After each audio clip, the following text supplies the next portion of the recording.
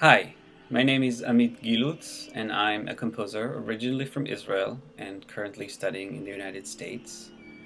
The title of my piece is The Task of Interpretation, a counterpoint to Edward Said, and it is scored for prepared string quartet, gamelan, and fixed media.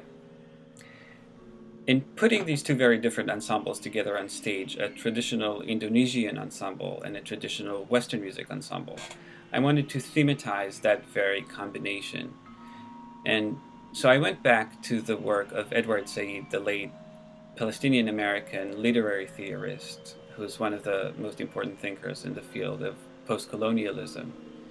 And as I was listening to a bunch of lectures and interviews that are available on YouTube, I completely fell in love with his voice and decided to not only use his ideas and put them in the piece, but to use his actual speaking voice.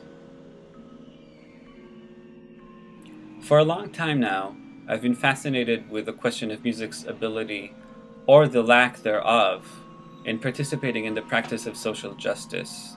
And that's a question that I'm trying to explore in this piece too, which, like a lot of my recent work, is highly conceptual and relies heavily on theatrical effects and textual sources, which in this case are the quotes from Edward Said, around which the piece is weaved. At the heart of Said's project and of his optimism is this idea of mixing and cross-fertilization.